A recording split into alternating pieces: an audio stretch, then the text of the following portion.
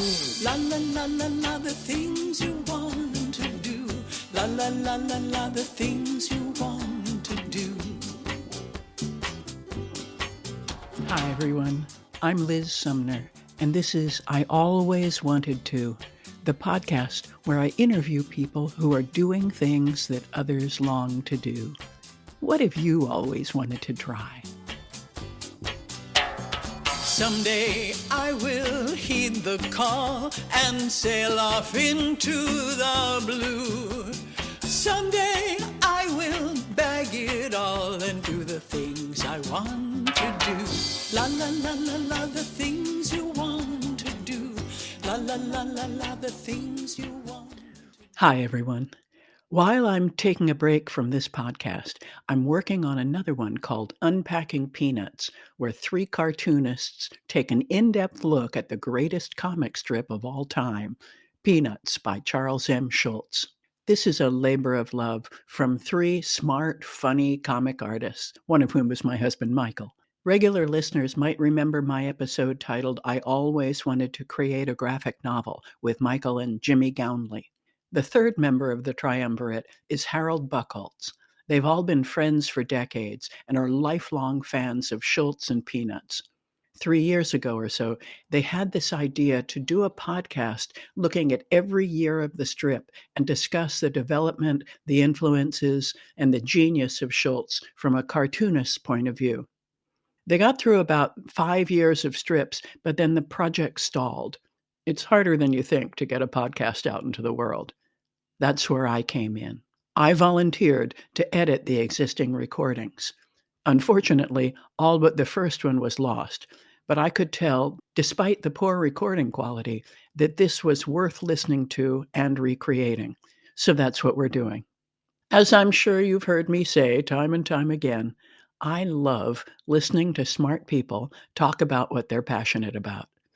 I think Unpacking Peanuts is a brilliant concept, and I'm thrilled to be part of the team. Here's the first episode, 1950, Part 1, Good Old Charlie Brown. Welcome to Unpacking Peanuts, the podcast where three cartoonists take an in-depth look at the greatest comic strip of all time, Peanuts by Charles M. Schulz. Welcome to the first episode of Unpacking Peanuts, the podcast where we go deep into the world of Charles Schulz and the Peanuts gang. I'm Jimmy Gownley. If you know me from anything, you might know me from my comic books Amelia Rules, The Dumbest Idea Ever, or 7 Good Reasons Not to Grow Up. And joining me, as always, are my two co-hosts. First, we have the composer behind the band Complicated People, as well as this very podcast, and the cartoonist behind such strips as Tangled River, A Gathering of Spells, and Strange Attractors, Mr. Michael Cohen. Hello there. And we also have with us former vice president of Archie Comics, executive producer and writer of Mystery Science Theater 3000, and creator of the Instagram strip Sweetest Beasts, Harold Buchholz. Hello. And Harold, how do you feel? Do you feel nervous? Do you feel excited? What are you looking forward to? I feel excited. Peanuts is something that it's just been such a big part of my life, and to be able to unpack it and take a look at it and understand a little bit of what that impact was I think it's going to be super helpful to me, and I think I'm not alone. So just to give us some background, Michael, why don't you tell us where and who you were when you first discovered this comic strip? Okay, well, I was very young. I'm the elder spokesman of the group, by the way, as you'll figure out, because Peanuts debuted almost exactly a month after I was born. Wow. And I remember quite distinctly going over to my aunt and uncle's house and playing on the floor with these little plastic toys. And I think I was around 5 or 6, so we'd be talking 1955, 1956. And I remember being on the floor and looking over at their bookcase, seeing this little green volume. And I went over there, and it was just called The Good Old Charlie Brown, that's right. Which I think was maybe the 4th I think that's volume from the series. And I was just like totally captivated. They also had Snoopy, which might have been the third or fourth, and Peanuts and More Peanuts. And I remember, I think I just asked if I could have them. So, or I stole them. I don't know. But I ended up with those copies and read them like thousands of times. And up through the late 60s, I bought every volume as they came out. Wow. So I had quite a big collection of those. But to me, it was just so amazing because I don't even think I was following any newspaper cartoons at the time. It was just a whole new world. And I still learned a lot about the world from reading these things. I mean, there was words I didn't know. And there was, Schulz was dealing with some, pretty heavy subject matter. So to me, it was like the best school I ever had. All right. Harold, how about you? Well, from a very young age, I was fascinated by the printed word and cartoons. When I was a toddler, my mom caught me on the floor of the house with an upside-down Time magazine, picking at the letters. I was just fascinated with print. And when I was 3, I remember I was reading the Sunday comics section. It was Nancy, and trying to make sense of the strip, and it didn't make sense. And I knew enough that it didn't make sense that I was close enough to making sense of it. But I went to my father and I said, why did this happen? And he's like, oh, you're reading it exactly backwards. I was like in the lower right corner reading. This was before anybody adult had even thought to tell me, here's how you read in order. This is so pre-reading. Wow. But I was trying to make sense through comics of a story with the mixture of the picture and the words. And I discovered that I was reading it backwards, and it's something that, for some reason, is a memory that I have. It's so strong of how comics tied into my life. And I was drawing my own comics from the age of 3. I was that little bird named Birdie, of course, with a sideways V for a beak, and I had a little turtle who kind of looked like the head of a Pac-Man, pre-Pac-Man, and 2 sticks coming out of the bottom of this little head for legs. And looking at those comics from my earliest years, I still have some of them. I was struck by the power of emotion in them as a little kid. I wasn't very articulate, but I felt things very deeply. And I think as adults, we sometimes forget, how much is actually going on inside as you're trying to live your life as a little kid. And this is where Peanuts comes in, because I think by around the age of 7, I began to receive these little Fawcett Crest Peanuts mass market paperbacks, like little 50-cent books. And I was reading large chunks of the strip for the first time. And I think that's when it had the first major impact on me. I think Schulz's world opened up to me, and the depth of feeling in those strips communicated to my soul in ways that no human interaction yet had. So again, it's like comics are kind of pre-experience of anything else. And Peanuts was speaking to me in a way that I had not yet processed as a kid growing up. And so without an irony, I can say that somehow Charlie Brown and Snoopy and Lucy and Linus were more real to me than anybody I knew. Mm-hmm. And that's a strange thing to say, but I think that's true, especially Linus.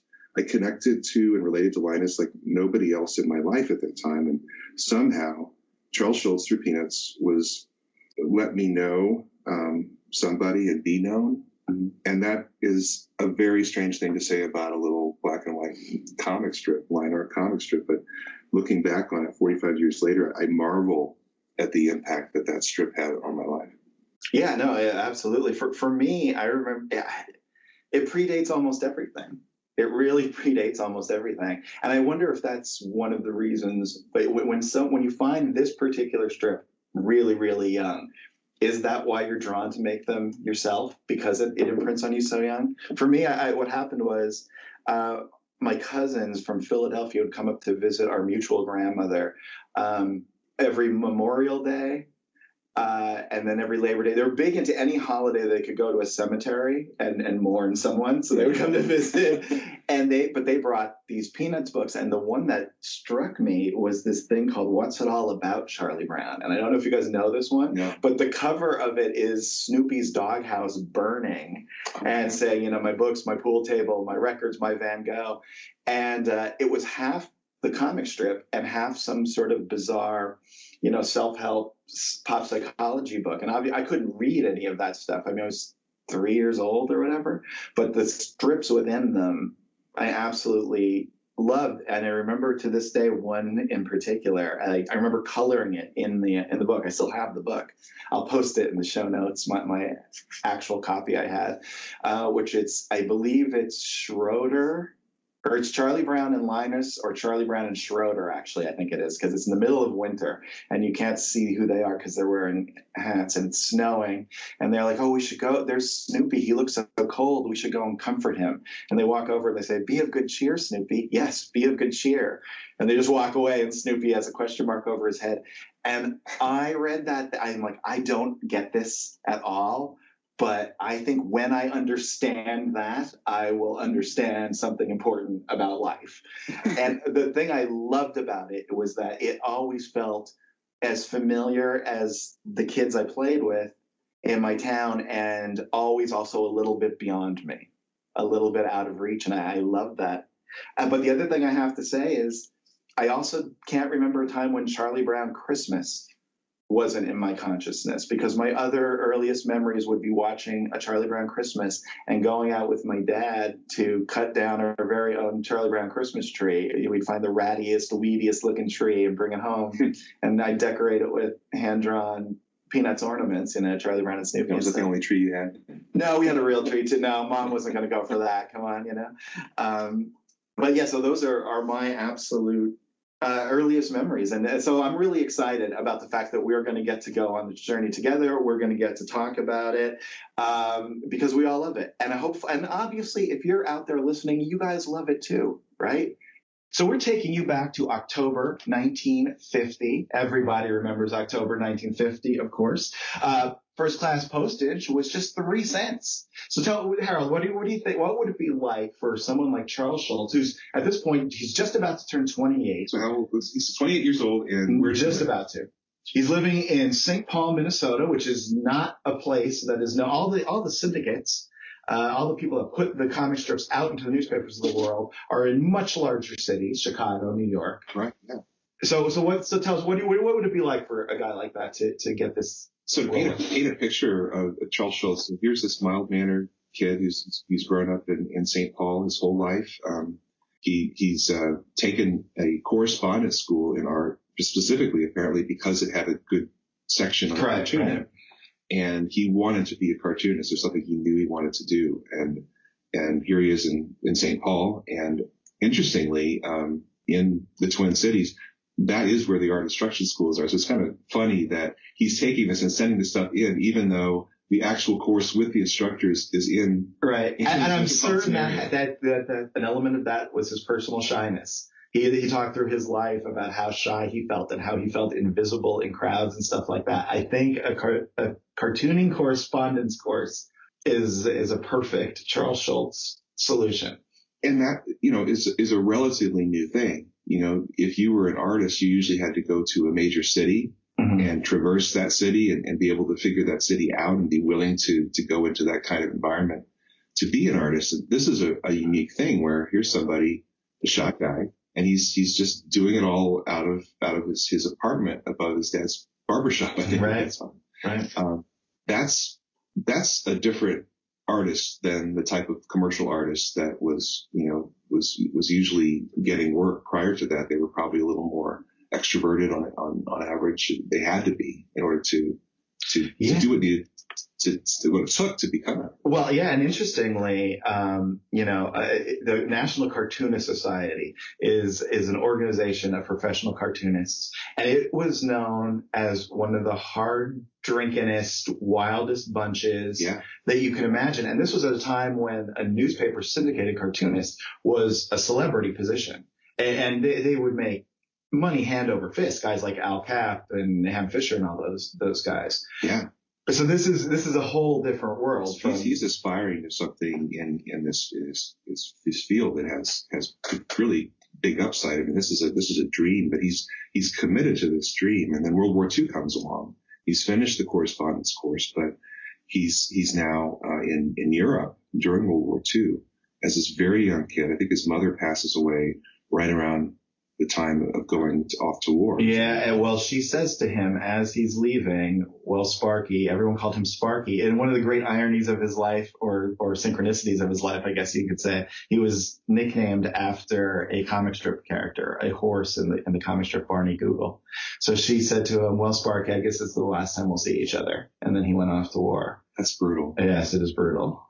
And talk about loneliness. I mean, he's obviously, there's this mixture of loneliness and being surrounded by people that he has in World War II. He continues to draw. He's not forgetting his goal. He comes back after World War II, and he actually gets a job with the same place. Which is Art Instruction School is the name of the correspondence course. And I would just say, just tangentially, I don't know if either of you guys have ever seen one of the courses, but my neighbor, I lived in this little tiny town, Girardville, Pennsylvania, a very creative town. I lived on a street. Literally, they could not even bother to name it. Just called a street. Right?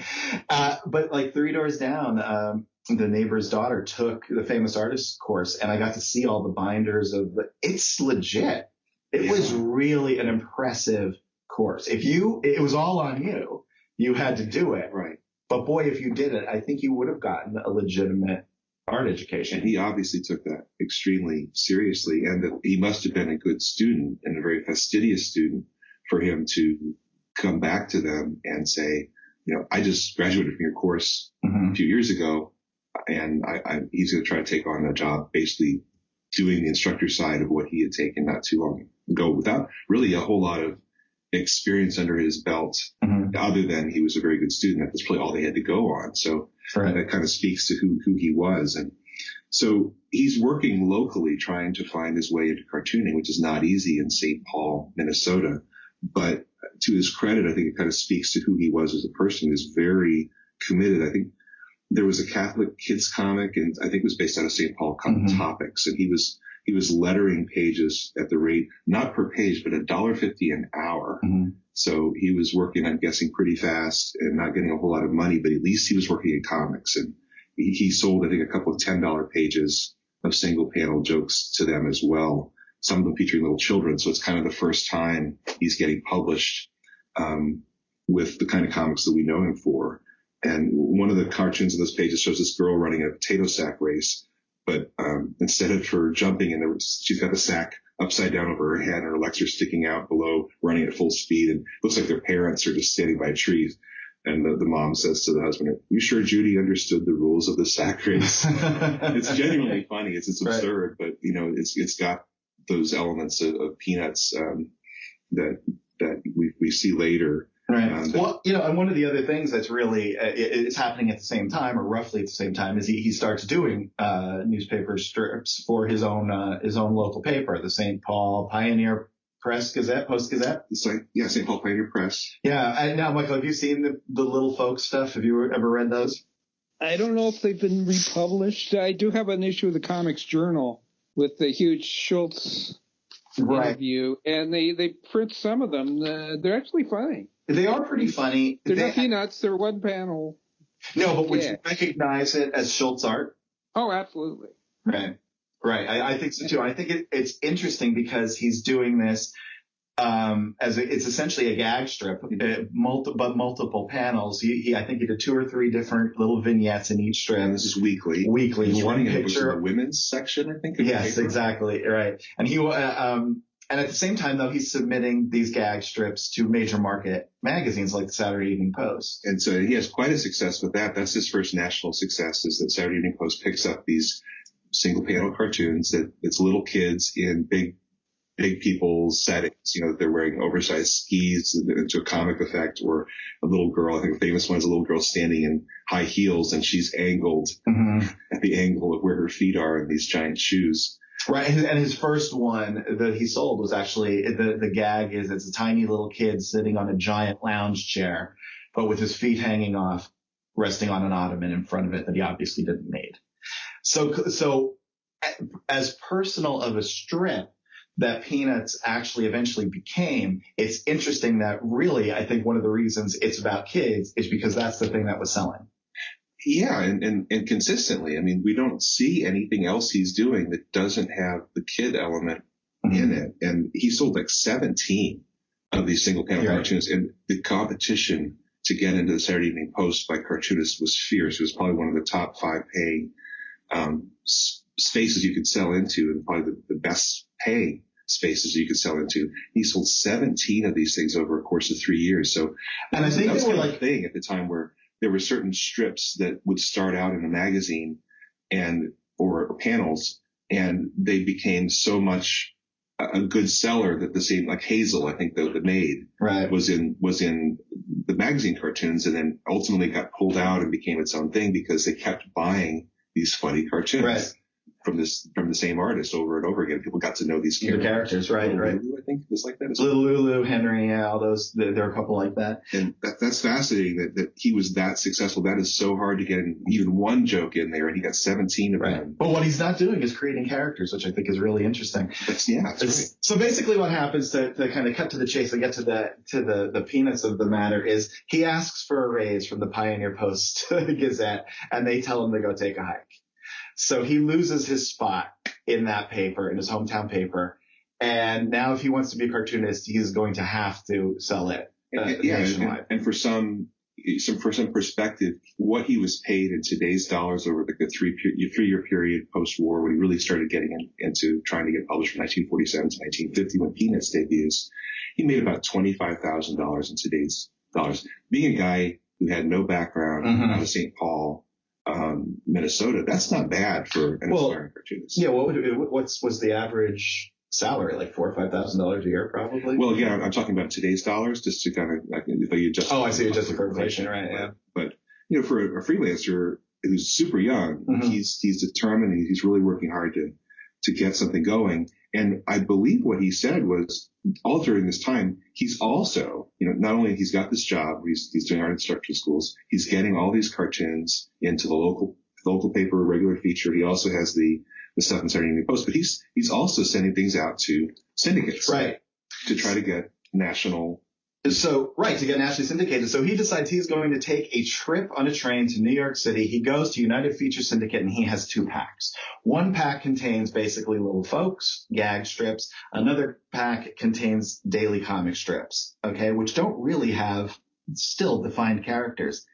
He arrives too early at the offices of the syndicate, United Features, so he goes out for breakfast. By the time he comes back, the editors that be have opened the packs and said, hey, if you can do a comic strip and create some definite characters, we would like the strip. And just like that, boom, Charles Schulz is a syndicated cartoonist. So, but I want to talk for a minute about the things that were beyond Schulz's control. First thing that was imposed upon him that I can think of that he had no control over was the name.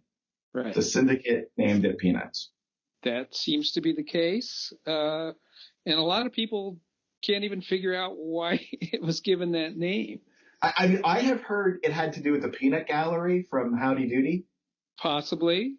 But I met somebody recently who to this day had no idea that Peanuts was actually kind of a term for little kids. It would be like a pet name. Hey, Peanut. Right. They didn't associate it with kids in any way, so it was a great mystery. Right. It never occurred to me that it was associated with kids. It just sort of seemed like it was like a Kleenex. I don't know why it's called that. It just is what it is. But he hated it to his dying day. He hated the name Peanuts. Other things, the fact Peanuts every single day was 4 panels. They were the exact same size, never varied. Harold, talk to us a little bit about why that was a thing. So apparently one of the things that the editor was looking at when he saw the strip and he saw this new version that was in strip form was he was looking for an angle, I guess, to sell a new strip to these newspapers. It's super competitive to get your strip in a newspaper, and editors are hard to get to switch out one strip for another. And this was at a time when post-war newsprint prices were through the roof because they put caps on newsprint all through World War II as a commodity during the war. And then as soon as they took the prices off of it, it skyrocketed. It went up like 70% from 1945 to 1948. It was starting to go up again in 1950. And the newspaper people were going nuts over this because all of their profits were being eaten away. So this editor decides, hey, let's try to sell a strip that is somehow more efficient, uses less newsprint than anything else. Because, I mean, if you can imagine spreading the same thing 100,000 times every day, if it's smaller and you can still have the entertainment value, supposedly that's a sales point to a cartoon editor. And so that is, it's kind of strange. This utilitarian approach to this strip is kind of an indignity for Schulz, that's the main thing they're selling. It's not Schulz's brilliant work. It's the fact that this thing is tiny and can be reconfigured any which way. It can be printed vertically. It can be printed horizontally. It can be printed as a square. So that was, you didn't have InDesign and Photoshop. So that was a big benefit to the editor theoretically. But it only ended up in a handful of papers. I've always heard 7. But the Wikipedia article says 9, and then later says 7. So we're going to have to double check on that. You've seen 7. Apparently, they've added in New York and Boston, which others accounts say was not initially there when it first debuted. So, but basically less than 10 papers, which is very low for a launch of a paper. Now, to his credit, he got into the number 2 market, Chicago, number 4 market, Washington Post. So he was probably in the metro area, like reaching up to 12.5 million people. So that was like, that's 8% of the U.S. population to start out. Not terrible. No, but it's crazy when you think about what shows like that are considered culturally, huge, Game of Thrones or whatever today get compared to his audience at its peak was something like 300 million people every day. And 12.5 million is all the people that could be reading. Right. So how many actually did? But still, those are, some big cities and some major circulation. So even though not a lot of strips and not a lot of cities, but he wasn't in tiny markets. So he was making decent money to start, even though he had such a low paper count. Right. So that brings us up to October 1950. One of the things you might not know out there, if you're just coming to Peanuts now, or if you're a millennial or something ridiculous like that. But these really early Peanuts comic strips had never been reprinted in their totality until Fantagraphics started releasing the complete Peanuts volume. So, Michael, can you talk to me a little bit about what it was like the first time you saw these very, very early strips, and what it was like when you were reading them from this podcast? Okay. They reprinted Peanuts and More Peanuts. That probably the first 2 volumes of was it Valentine of the books. Which I always considered clearly less brilliant material. It was like, I always thought, well, okay, it took him a year or 2 to get the engine running and figure out who these characters were and establish, his sense of humor. So Peanuts and More Peanuts were, like early Beatles or something, even though occasional flashes of brilliance, but still needed a little work. So are you reading those? Are those like 1952 or so? Those first books? Well, I read when I discovered Peanuts in 55, 56. I got all of these, and I wasn't too clear on the order, but it was pretty clear that Peanuts was the first one, and More Peanuts was the second one. Right. And then reprint strips from 52. Yeah, but they didn't tell you any of that. So I just had to guess it. But anyway, I always figured these were okay, a few laughs here and there, but definitely I would not ask someone to start with the first ones. And then when the Fantagraphics books came out, of course they're doing it chronologically. So the first volume came out, I had to get it, and discovered that those books that I read thousands of times, those early Peanuts books, were not complete. I didn't realize that. Right. And so I'd seen maybe 30, 40% of them. I'm reading the Fantagraphics books. I was just fascinated with these because, first of all, they were funnier than I remember. And actually, he did have, quite a sharp sense of humor from the beginning. And what was just so interesting to me was that he didn't have the final versions in his head. I mean, the versions we know, had to develop slowly. Right. So it's just like you think, okay, this is Charlie Brown, but you realize is this Charlie Brown? I mean, he's got the same name, he looks the same, but he's not quite the same personality. Right. And a lot of that comes out of the fact that he was originally a gag cartoonist, and creating character was way down, on his list. But all right, I don't want to get too in the weeds. I just want general first impressions. Harold, how about you? Tell me about the first time you saw these particular strips. Well, as a little kid, they reprinted, I think, just a few of the 1950 strips, particularly the first strip. Mm-hmm. And I was disappointed as a kid because there's stuff that goes all this way back. And then I'm like, oh, that's not the Peanuts I know. And, I think my view of it was like, it's crisp. It's very crisp. It's kind of bland, compared to what I was used to with Peanuts. But again, looking at it as a little bit older, there's something that's so unique in the personality of it. It's kind of stoic, and there's this honor and humility and smallness that Schulz puts in there that I really don't see anywhere else. And to find that in the early strips is in this really beginning stages of Schulz's run with Peanuts is pretty fascinating. Yeah, to me, looking at them, I think the one thing I would just say is they look the most 50s to me. Yeah. I could sort of see this coming out of the UPA studio. It looks like a cleaner Jules Feiffer, maybe, like a New Yorker kind of feel. So it doesn't feel Schulz as much as it feels just generally 50s. So I think that's a good place to leave it for part 1. Please join us next time where we take an in-depth look at the very first Peanut strips. Thanks for listening, and we'll see you next time. Unpacking Peanuts is copyright Jimmy Gownley, Michael Cohen, and Harold Buchholz. Produced by Liz Sumner. Music by Michael Cohen. Additional voiceover by Aziza Shakrala Clark. For more from the show, follow Unpack Peanuts on Instagram and Twitter.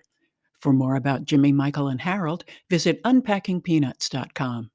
Have a wonderful day, and thanks for listening. You blockhead!